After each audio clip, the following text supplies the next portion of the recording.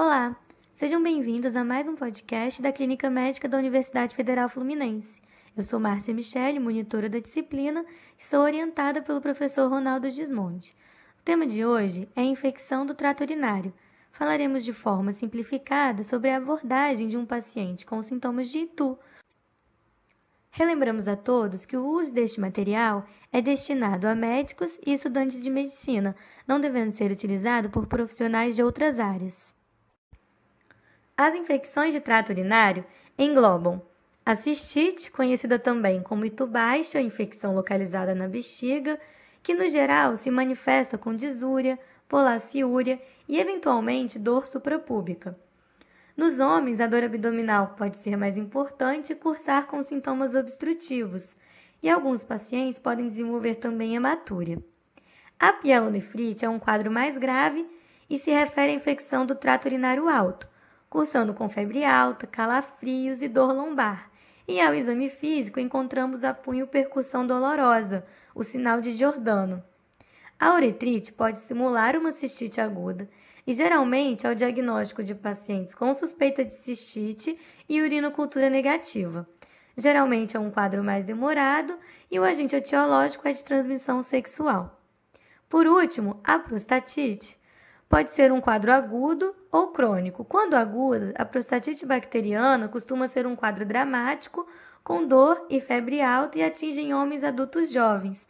Já o quadro crônico pode cursar com episódios repetidos que simulam cistite e costuma atingir homens mais velhos.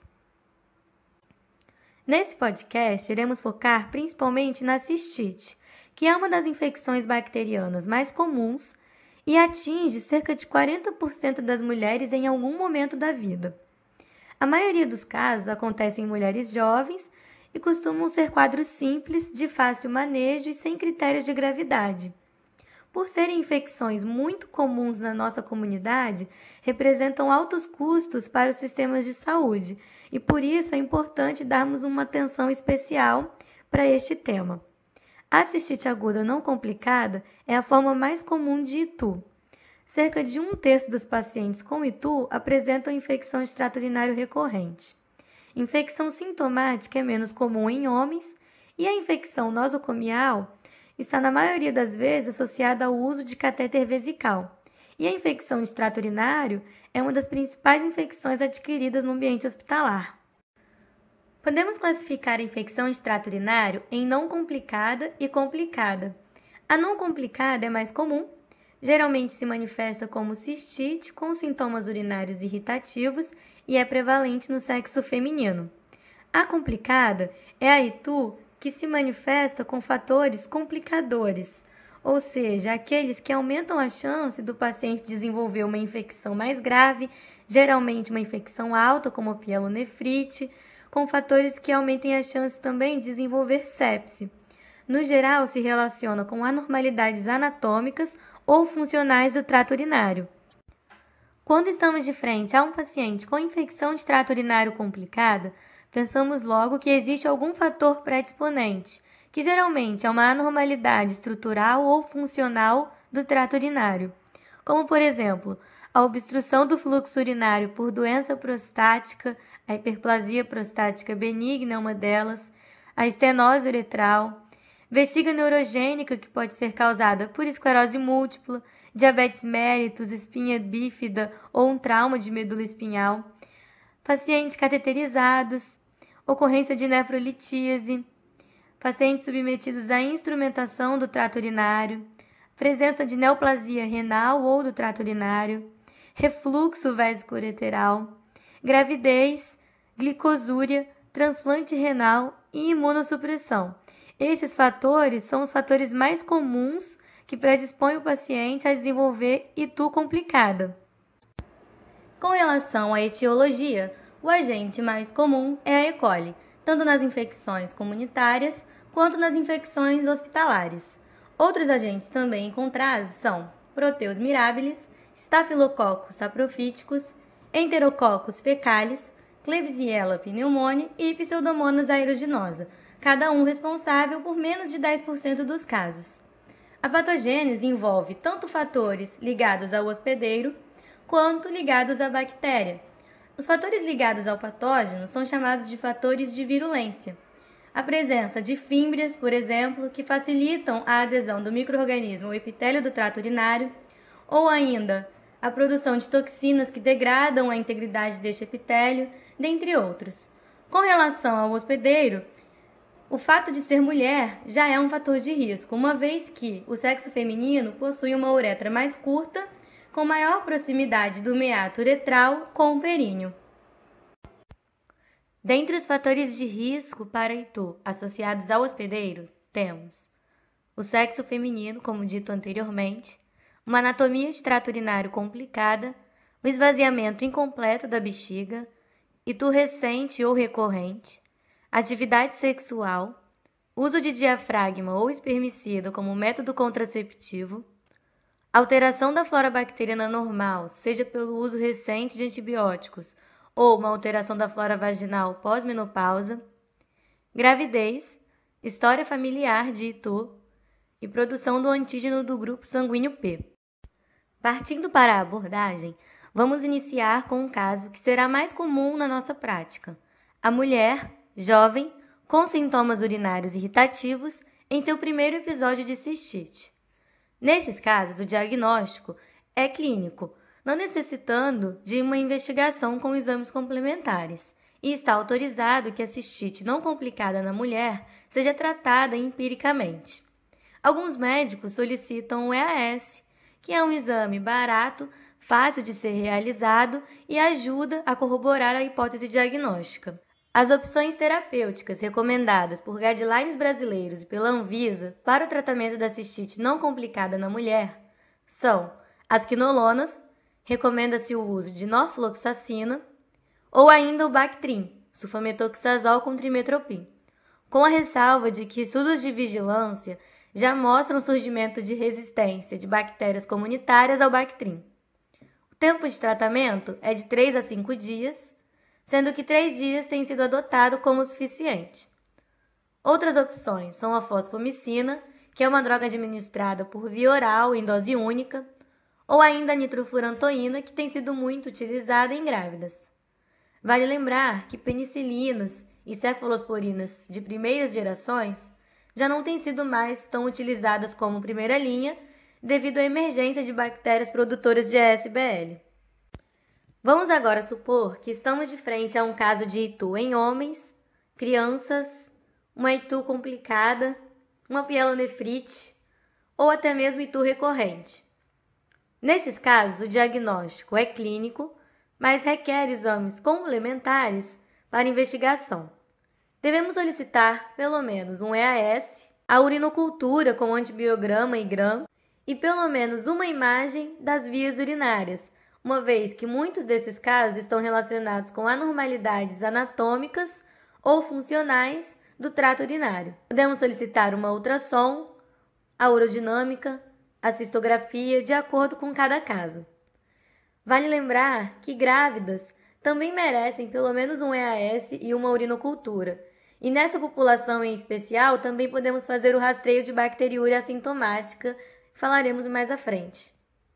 Nesses casos, devemos iniciar o tratamento com o antibiótico empírico e depois ajustar o esquema de acordo com o resultado da cultura e do antibiograma, lembrando sempre de descalonar quando possível.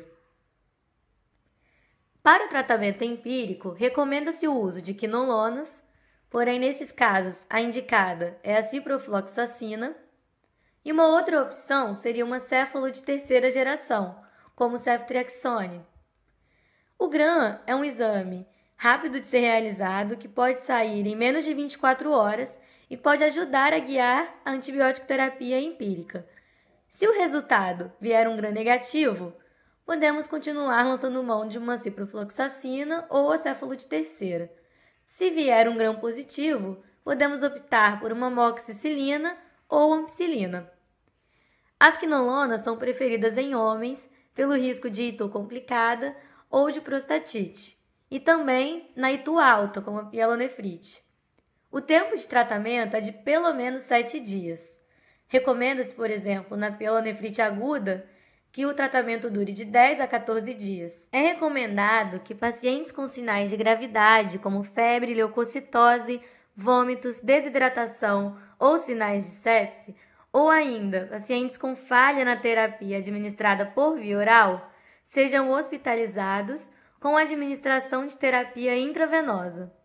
As opções da terapia intravenosa são quinolonas, aminoglicosídeos associados ou não à ampicilina e cefalosporina de amplo espectro, terceira ou quarta geração. A preferência é uma céfalo de terceira, como ceftriaxone, ou uma quinolona. Após 48 a 72 horas, deve-se reavaliar a mudança para a terapia por via oral, de acordo com o resultado do antibiograma. Algumas vezes estaremos de frente a pacientes com bacteriúria assintomática, que seria uma bacteriúria significativa, porém sem sintomas. Quais pacientes devemos tratar? Devemos tratar os mesmos grupos nos quais iremos rastrear a bacteriúria assintomática: a gestante, pacientes urológicos no pré-operatório de cirurgia que necessita de catéter vesical no pós-imediato e em pacientes com risco de pielonefrite, transplantados renais nos 3 primeiros meses, infecção por proteus ou providência em pacientes com catéter vesical e bexiga neurogênica. Podemos ainda ter a situação contrária: pacientes sintomáticos com urinocultura negativa. Devemos considerar a uretrite, infecção causada por germes transmissíveis sexualmente, a síndrome uretral, que é comum em mulheres que se apresentam com sintomas urinários baixos, porém com urinocultura negativa, a piúria estéril, que, se persistente, deve ser investigada, uma vez que pode estar relacionada à malignidade do trato urinário, e a cistite intersticial idiopática, que não tem uma causa definida, mas cursa com sintomas recorrentes de infecção de trato urinário baixa, com urinocultura negativa e que pode ser debilitante para o paciente. Como dito anteriormente, alguns pacientes com ITU apresentam ITU recorrente, e algumas medidas podem ser tomadas para prevenir os episódios, como o aumento da ingesta hídrica, o esvaziamento completo da bexiga, o uso de baixas doses de antibióticos por tempo prolongado, que pode ser feito, por exemplo, na mulher que apresenta 3 ou mais episódios sintomáticos em um ano, e a profilaxia pode ser feita com nitrofurantoína, norfloxacina ou Bactrim, ou ainda o uso de antibióticos no pós-coito. Alguns trabalhos citam o chá de cranberry como uma opção para realizar a profilaxia de ITU recorrente, porém alguns estudos questionam a sua eficácia. Alguns médicos do nosso serviço no Hospital Universitário Antônio Pedro utilizam em suas pacientes com bons resultados. Para finalizar, vamos destacar algumas coisas importantes que foram ditas nesta apresentação. A cistite não complicada com sintomas típicos pode ser tratada com 3 dias na mulher com antibiótico empírico, sem que requeira investigação diagnóstica. A urinocultura é necessária em casos de ITU complicada, recorrente, infecção em crianças, homens, grávidas e quando o diagnóstico é incerto. Homens requerem um tempo maior de tratamento, no mínimo 7 dias, devido à possibilidade de prostatite ou infecção complicada. Bacteriúria assintomática requer tratamento em gestantes e após procedimentos urológicos, e o rastreio deve ser restrito a esses grupos. Grávidas não devem ser tratadas com quinolonas ou Bactrim, devido ao risco para o desenvolvimento do feto, e uma opção terapêutica neste grupo é a nitrofurantoína. Muito obrigada a todos, espero que tenham gostado. Caso tenham gostado, curtam a nossa página no Facebook, Clínica Médica UF, e até a próxima!